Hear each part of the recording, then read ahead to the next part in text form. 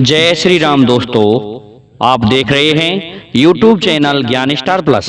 तो दोस्तों, आज हमने आपके लिए बहुत ही सुंदर पहेली चुनी है, जो कि इस प्रकार से है कि ऐसा योद्धा दानवीर मरने पर भी बाणों का विस्फोट दिखाई देता है, होगा ना कोई दुनिया में ऐसा, नारायण नर से कहता है। दोस्तों, इस पहेली का उत्तर देने से पूर्व आप सभी का हार्दिक स्वागत और अभिनंदन।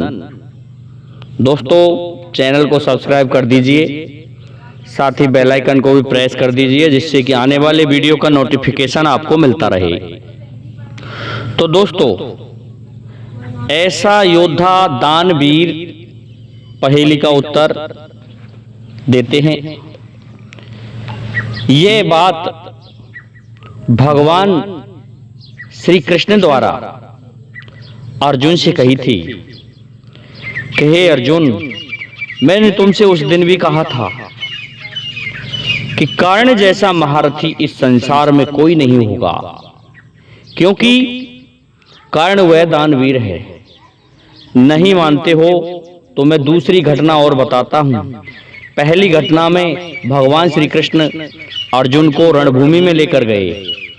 वहां पर उन्होंने कर्ण से जाकर के दान मांगा था कि वह ऐसा दानवीर है जिसने मेरे लिए कवच कुंडल भी दे दिए थे।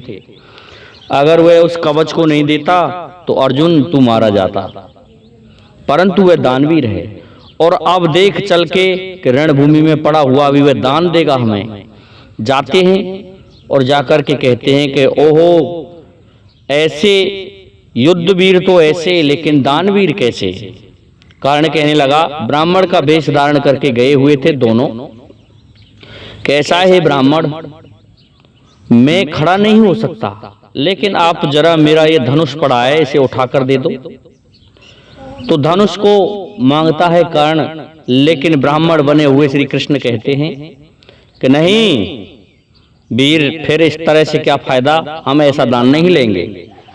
तो कर्ण दोस्तों घिसटते हुए अपने धनुष तक पहुंच गया और धनुष को कान तक तान के एक तीर जमीन की तरफ छोड़ दिया। उस तीर से उस जगह पर गंगा प्रकट हो गई। और क्या किया दोस्तों, अपने दांतों में स्वर्ण की चोंप जो थी, उन चौपों को तोड़ लिया और तोड़ करके भगवान श्री कृष्ण को उस जल में धो करके घा दिया कि लो वीर ब्राह्मण, इस वीर का दान स्वीकार करो। इस प्रकार से कर्ण ऐसा दानवीर था। अब दोस्तों, उसके बाणों का मृत्यु के पश्चात भी विस्फोट कहां हुआ था? जब महाभारत युद्ध संपूर्ण हो गया था तो भगवान श्री कृष्ण ने रथ को विजय के साथ, धुन के साथ हस्तिनापुर में और शिविर तक ले जा रहे थे।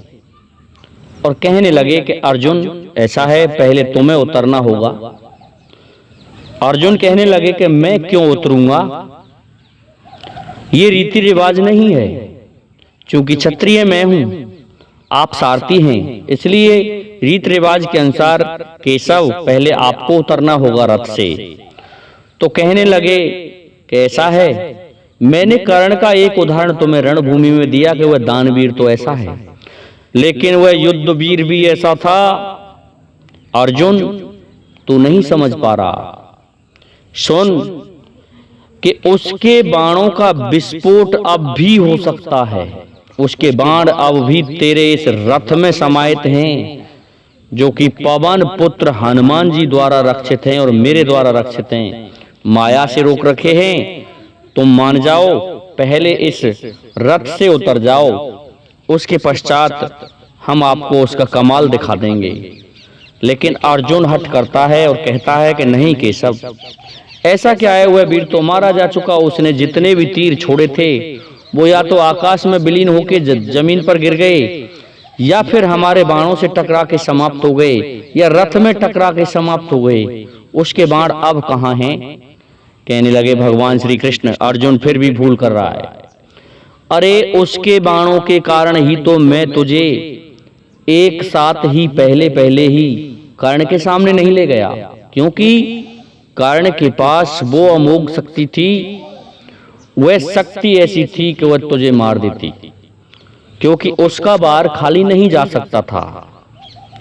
वह दी हुई शक्ति थी इंद्र के द्वारा, जो कि तुम्हारे पिता के द्वारा दी गई थी। अगर उस शक्ति से वह तुम पर प्रहार करता तो तुम्हारी मृत्यु निश्चित थी। यही कारण था कि मैं कर्ण के सामने तुम्हें नहीं ले गया। कर्ण के सामने मैंने भीम के पुत्र घटोत्कच को इसी कारण भेजा था, क्योंकि घटोत्कच ऐसा वीर था कि वह वीर रुकने वाला नहीं था और वह रुका भी नहीं किसी से। इस कारण से दुर्योधन ने घबरा करके ये कहा था कि अपनी उस शक्ति का स्मरण करो जिससे तुम अर्जुन को मारना चाहते हो, पहले इसको मारो। और उसने वैसा ही किया। उसने वह शक्ति घटोत्कच पर चला दी और तुम्हारे प्राण सुरक्षित रह गए। तब मैं तुम्हारा रथ कर्ण के सामने ले गया और उसके जो भी बाण थे उन बाणों को मैंने रोका और पवन पुत्र हनुमान जी ने रोका है। तुमने कुछ नहीं किया अर्जुन, ये तुम भूल मत करो, इसलिए रथ से उतर जाओ। लेकिन अर्जुन फिर हट करता है, तो विशेष आग्रह करने पर अर्जुन नीचे उतर जाता है और फिर भगवान श्री कृष्ण भी उस पर से उतर जाते हैं। उतरने के पश्चात कहते हैं कि अब मैं इस रथ से पवन पुत्र हनुमान जी की ध्वजा को हटा रहा हूं। देखना अर्जुन, कमाल दूर हट जाना इस रथ से, नहीं तो मारे जाओगे कर्ण के बाणों से। दोस्तों, ऐसा ही हुआ। जैसे ही भगवान श्री कृष्ण ने उस रथ से हनुमान जी की ध्वजा को हटाया, तो जैसे ही पवन पुत्र हनुमान जी छोड़ करके वहां से गए कि एक साथ कर्ण के तीरों का विस्फोट हुआ, जिससे रथ ध्वस्त हो गया और चारों तरफ अग्नि ही अग्नि हो गई। दोस्तों, वह रथ जल करके खाक हो गया। ये कर्ण के बाणों का कमाल था। तब कहने लगा अर्जुन, के सब तुम ठीक कह रहे थे। कर्ण इतना बड़ा योद्धा था कि उसके बाणों का विस्फोट अब भी रथ में हुआ है। कि हाँ, कौन थे तुम्हें नहीं पता। उस जैसा महारथी इस संसार में कोई दूसरा नहीं होगा और ना ही होने वाला है। जब वह युद्ध करता था तो मैं कहता था कि वाह कर्ण वाह, लेकिन आप उसमें कहते थे कि आप कर्ण के लिए तो शाबाशी देते हो, मुझे क्यों नहीं देते। अरे तुमको पता नहीं अर्जुन, मैं तीनों लोकों का स्वामी तुम्हारे रथ में बैठा हुआ था और कर्ण अकेला बैठा था, क्योंकि कर्ण के रथ में इतना भार नहीं था जितने तुम्हारे रथ में भार लेकर के मैं बैठा था तीनों लोकों का।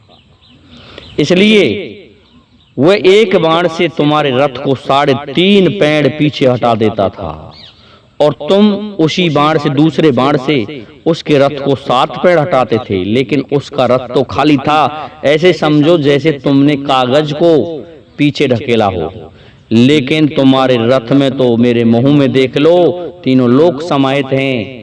इसलिए वह तीनों लोकों को अपने बाण से 3.5 पैड़ हटा सकता है, तो वह योद्धा कितना शक्तिशाली होगा। अर्जुन गिड़गिड़ा करके भगवान से पुनः क्षमा मांगते हैं। तो दोस्तों, ऐसा वीर कर्णवीर था। इस पहेली का उत्तर यहां लगता है कि दानवीर योद्धा मृत्यु के पश्चात बाणों का विस्फोट दिखाई देता है। होगा ना कोई ऐसा संसार में, नारायण नर से कहता है। ये कथा इस स्थान की है। दोस्तों, आज के लिए इतना ही काफी है। जय हिंद, जय भारत, जय जय श्री राधे, जय जय श्री राम।